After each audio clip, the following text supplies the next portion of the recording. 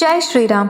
Eastern state ಪೆನಿಟೆನ್ಚರಿ ಒಂದು ಕಾಲದಲ್ಲಿ ವಿಶ್ವದ ಅತ್ಯಂತ ಪ್ರಸಿದ್ಧ ಮತ್ತು ದುಬಾರಿ ಸೆರೆಮನೆಯಾಗಿತ್ತು. ಆದರೆ ಇಂದು ಪಾಳು ಬಿದ್ದ ಹಾಂಟೆಡ್ ಜಾಗವಾಗಿದೆ.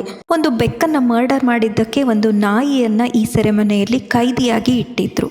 ಈ ಸೆರೆಮನೆ ಹಾಂಟೆಡ್ ಆಗೋದಿಕ್ಕೆ ಕಾರಣವೇನು ಮತ್ತೆ ಇಲ್ಲಿ ನಡೆದಿರುವ ಅಲೌಕಿಕ ಘಟನೆಗಳೇನೇನೆಂಬುದನ್ನು ತಿಳಿಯೋಣ. ಈಸ್ಟರ್ನ್ ಸ್ಟೇಟ್ ಪೆನಿಟೆನ್ಚರಿ ಅಮೆರಿಕಾದ ಪೆನ್ಸಿಲ್ವೇನಿಯಾ ರಾಜ್ಯದ ಫಿಲಿಡೆಲ್ಫಿಯಾ ಸಿಟಿಯಲ್ಲಿದೆ. ಮೊದಲಿಗೆ ಜೈಲು ಮತ್ತು ಪೆನಿಟೆನ್ಚರಿ ಈ ಎರಡು ಪದಗಳ ಅರ್ಥಗಳನ್ನು ತಿಳಿಯೋಣ. ಜೈಲು ಎನ್ನುವುದು ಸಾಮಾನ್ಯವಾಗಿ ಸ್ಥಳೀಯ ಅಧಿಕಾರಿಗಳಿಂದ ನಿರ್ವಹಿಸಲ್ಪಡುವ ಅಲ್ಪಾವಧಿಯ ಬಂಧನ ಸೌಲಭ್ಯವಾಗಿದ್ದು, ವಿಚಾರಣೆಗಾಗಿ ಕಾಯುತ್ತಿರುವ ಅಥವಾ ಕಡಿಮೆ ಶಿಕ್ಷೆಯನ್ನು ಅನುಭವಿಸುತ್ತಿರುವ ಜನರನ್ನು ಇರಿಸಲಾಗುತ್ತದೆ. ಆದರೆ ಪೆನಿಟೆನ್ಚರಿ ಎಂದರೆ ರಾಜ್ಯ ಅಥವಾ ಫೆಡರಲ್ ಸರ್ಕಾರಗಳು ನಿರ್ವಹಿಸುವ ದೀರ್ಘಾವಧಿಯ ಜೈಲು ಸೌಲಭ್ಯವನ್ನು ಸೂಚಿಸುತ್ತದೆ. ಅಲ್ಲಿ ಹೆಚ್ಚು ಗಂಭೀರ ಅಪರಾಧಿಗಳಿಗೆ ಶಿಕ್ಷೆಗೊಳಗಾದ ವ್ಯಕ್ತಿಗಳನ್ನು ದೀರ್ಘಾವಧಿಯ ಶಿಕ್ಷೆಯನ್ನು ಅನುಭವಿಸುತ್ತಾರೆ. ಮೂಲಭೂತವಾಗಿ ಜೈಲು ಎಂಬುದು ಪುನರ್ವಸತಿಗೆ ಒತ್ತು ನೀಡುವ ಐತಿಹಾಸಿಕ ಅರ್ಥದೊಂದಿಗೆ ಪೆನಿಟೆನ್ಚರಿ ಎಂದು ಹೇಳುವ ಇನ್ನೊಂದು ಮಾರ್ಗವಾಗಿದೆ. 1829ರಿಂದ 1971ರವರೆಗೆ ಈ ಸೆರೆಮನೆ ಕಾರ್ಯನಿರ್ವಹಿಸಿದೆ. ಇದರ ಸುದೀರ್ಘ ಇತಿಹಾಸದಲ್ಲಿ ಸುಮಾರು 85,000 ಜನರನ್ನು ಇರಿಸಿದರು.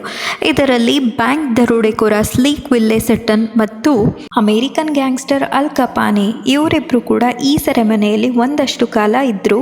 ನನ್ನ ಒಂದು Miami luxury house waterfront house ವಿಡಿಯೋಲ್ಲಿ ಅಲ್ ಕಪಾನೆ ಅವರ ಮ್ಯಾನ್ಷನ್ನ ತೋರಿಸಿದ್ದೀನಿ. ಕಾರಣಾಂತರಗಳಿಂದ ಆ ವಿಡಿಯೋನ ವಾಯ್ಸ್ ಮ್ಯೂಟ್ ಆಗಿದೆ. ಬೇರೆ ಚಾನಲಲ್ಲಿ ಸೇಮ್ ವಿಡಿಯೋ ಅಪ್ಲೋಡ್ ಮಾಡಿದ್ದೀನಿ, ದಯವಿಟ್ಟು ನೋಡಿ. ಡಿಸ್ಕ್ರಿಪ್ಷನಲ್ಲಿ ಲಿಂಕ್ ಹಾಕಿರ್ತೀನಿ. ಈ ಸೆರೆಮನೆ ಏನಕ್ಕೆ ದುಬಾರಿ ಎಂದರೆ ಇದರ ಗ್ರ್ಯಾಂಡ್ ಆರ್ಕಿಟೆಕ್ಚರಲ್ ಡಿಸೈನ್ ಇಂದ, ಮತ್ತು ಈ ಸೆರೆಮನೆಯಲ್ಲಿ ತುಂಬಾ ಅಡ್ವಾನ್ಸ್ಡ್ ಸೌಲಭ್ಯಗಳೆಲ್ಲವೂ ಇತ್ತು.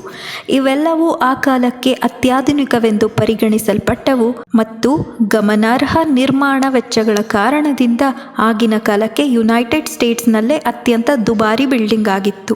ಈ ಸೆರೆಮನೆ ಹಾಂಟೆಡ್ ಆಗುವುದಕ್ಕೆ ಕಾರಣವೇನೆಂದರೆ ಇಲ್ಲಿ ಕೊಡುತ್ತಿದ್ದ ಕ್ರೂರ ಶಿಕ್ಷೆಯ ಇತಿಹಾಸದಿಂದಾಗಿ. ಆತ್ಮಹತ್ಯೆಗಳು, ರೋಗ ಮತ್ತು ಹಿಂಸಾಚಾರದಿಂದ ಹೆಚ್ಚಿನ ಸಂಖ್ಯೆಯ ಸಾವುಗಳು ಸಂಭವಿಸಿದೆ. ಹಲವರು ನಂಬುವಂತೆ ಈ ಜೈಲಿನ ಹಿಂದಿನ ಕೈದಿಗಳು ಮತ್ತು ಕಾವಲುಗಾರರ ಆತ್ಮಗಳು ಇಲ್ಲಿ ಅಲೆದಾಡುತ್ತಿದೆ ಎಂದು ಹೇಳುತ್ತಾರೆ. ಇಲ್ಲಿ ಶಿಕ್ಷೆಗೆ ಬಳಸುತ್ತಿದ್ದ ಕೆಲವು ವಿಧಾನಗಳೆಂದರೆ ವಾಟರ್ಬಾತ್. ಕಾವಲುಗಾರರು ಕುರ್ಚಿಯಲ್ಲಿ ಕುಳಿತಿದ್ದ ಕೈದಿಯ ಮೇಲೆ ಅತಿ ತಣ್ಣಗಿನ ನೀರನ್ನು ಎರಚುತ್ತಿದ್ದರು. ಚಳಿಗಾಲದ ತಿಂಗಳುಗಳಲ್ಲಿ ಕೈದಿಗಳ ಚರ್ಮದ ಮೇಲೆ ಎರಚುತ್ತಿದ್ದ ತಣ್ಣಗಿನ ನೀರು ಐಸ್ ಆಗಿ ಗಟ್ಟಿಯಾಗುತ್ತಿತ್ತು. ಇದು ಅತ್ಯಂತ ಕ್ರೂರ ಶಿಕ್ಷೆಯ ರೂಪ. ಇನ್ನೊಂದು ಮ್ಯಾಟ್ ಚೇರ್. ಈ ಚೇರಲ್ಲಿ ಕೈದಿಗಳನ್ನು ಎಷ್ಟು ಬಿಗಿಯಾಗಿ ಕಟ್ಟಲಾಗುತ್ತಿತ್ತೆಂದರೆ ಅವರಿಗೆ ಸರಿಯಾಗಿ ರಕ್ತ ಪರಿಚಲನೆ ಕೂಡ ಆಗುತ್ತಿರಲಿಲ್ಲ. ದಿನಗಟ್ಟಲೆ ಆಹಾರವಿಲ್ಲದೆ ಕುಳಿತುಕೊಳ್ಳಬೇಕಾಗುತ್ತಿತ್ತು. ಇನ್ನು ಕೆಲವು ಸಂದರ್ಭಗಳಲ್ಲಿ ಕೈದಿಗಳ ಕೈಕಾಲುಗಳನ್ನು ಕತ್ತರಿಸುತ್ತಿದ್ದರು. ಈ ಎಲ್ಲ ದೈಹಿಕ ಮತ್ತು ಮಾನಸಿಕ ವೇದನೆಗಳಿಂದ ಕೈದಿಗಳನ್ನು ಹುಚ್ಚುತನಕ್ಕೆ ದೂಡಲಾಗುತ್ತಿತ್ತು. ಈ ಸೆರೆಮನೆಯಲ್ಲಿ ಮೋಸ್ಟ್ ಕಾಮನ್ ಶಿಕ್ಷೆ ಅಂದರೆ ಐರನ್ ಗ್ಯಾಗ್. ಕೈದಿಗಳನ್ನು ಮಾತನಾಡುವುದನ್ನು ತಡೆಯಲು ಬಳಸಲಾಗುತ್ತಿದ್ದ ಚಿತ್ರಹಿಂಸೆಯ ಸಾಧನ. ಗ್ಯಾಗ್ ಅನ್ನು ಕೈದಿಯ ನಾಲಿಗೆಯ ಮೇಲೆ ಇರಿಸುತ್ತಿದ್ದರು ಮತ್ತು ಅವರ ಬೆನ್ನಿನ ಹಿಂದೆ ಅವರ ತೋಳುಗಳಿಗೆ ಜೋಡಿಸಲಾಗುತ್ತಿತ್ತು.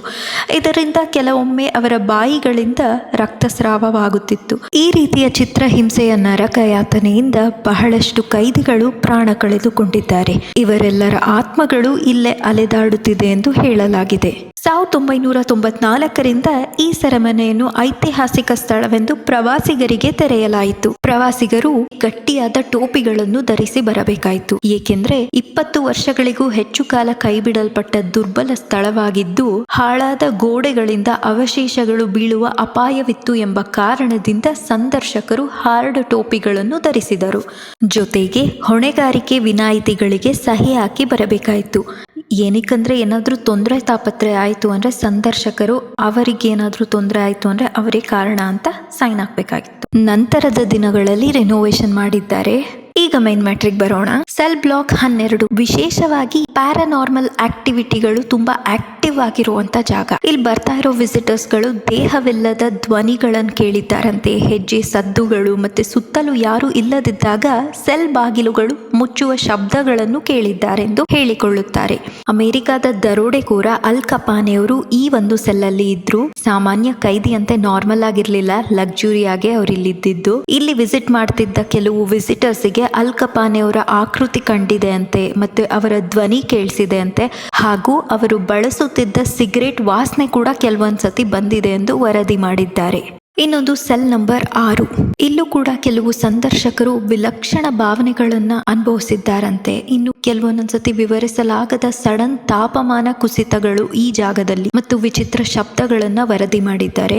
ಇನ್ನು ಕೆಲವರು ಯಾರು ಇಲ್ಲದ ಜಾಗಗಳಲ್ಲಿ ಅವರನ್ನ ಯಾರೋ ಮುಟ್ಟಿದ್ದಾರೆ, ಅವರ ದೇಹದ ಮೇಲೆ ಸ್ಕ್ರಾಚ್ ಮಾರ್ಕ್ ಮಾಡಿದ್ದಾರೆ ಅಂತ ಹೇಳ್ಕೊಂಡಿದ್ದಾರೆ. 1924ರಲ್ಲಿ ಪೆಪ್ ಎಂಬ ಬ್ಲ್ಯಾಕ್ ಲ್ಯಾಬ್ರಡಾರ್ ರಿಟ್ರೀವರ್ ಅನ್ನು ಈ ಸೆರೆಮನೆಗೆ ಕಳುಹಿಸಿದರು. ಅವನಿಗೆ C2559 ಅಂತ ಕೈದಿ ಸಂಖ್ಯೆ ಕೂಡ ಕೊಟ್ಟಿದ್ರು. ಅವನ ಫೋಟೋಸ್ ಮತ್ತೆ ಪ್ರಿಂಟ್ಸ್ ನ ಕೂಡ ತಗೊಂಡಿದ್ರು. ಇನ್ನು ಈ ಜೈಲ್ ಲೆಡ್ಜರ್ ಅಲ್ಲಿ ಅವನ ದಾಖಲೆಯು ಬೆಕ್ಕನ್ನು ಕೊಂದಿದ್ದಕ್ಕಾಗಿ ಜೀವಾವಧಿ ಶಿಕ್ಷೆ ಅಂತ ದಾಖಲಿಸಿದ್ರು. ಇದಕ್ಕೆ US ನಲ್ಲಿ ತೀವ್ರವಾದ ಆಕ್ರೋಶ ಕೂಡ ವ್ಯಕ್ತವಾಗಿತ್ತು. ವಾಸ್ತವವಾಗಿ ಆಗಿನ US ಗವರ್ನರ್ ಪಿಂಚೋ ಅವರು ತಮ್ಮ ನಾಯಿಗಳಲ್ಲಿ ಒಂದನ್ನು ಈ ಸೆರೆಮನೆಗೆ ಕಳುಹಿಸಬೇಕು ಅಂತ ಪ್ಲಾನ್ ಮಾಡಿದ್ರು. ಅದೇ ಟೈಮಲ್ಲಿ ಅವರ ಬೆಕ್ಕನ್ನು ಕೊಂದಿದ್ದಕ್ಕಾಗಿ ಗವರ್ನರ್ ಅವರು ಪೆಪ್ ಅನ್ನು ಈ ಸೆರೆಮನೆಗೆ ಕಳಿಸಿದ್ರು. ಆಮೇಲೆ ಇದು ಫಾಲ್ಸ್ ಅಲಿಗೇಷನ್, ಸುಳ್ಳು ಆರೋಪ ಅಂತ ಪ್ರೂವ್ ಆಯ್ತು.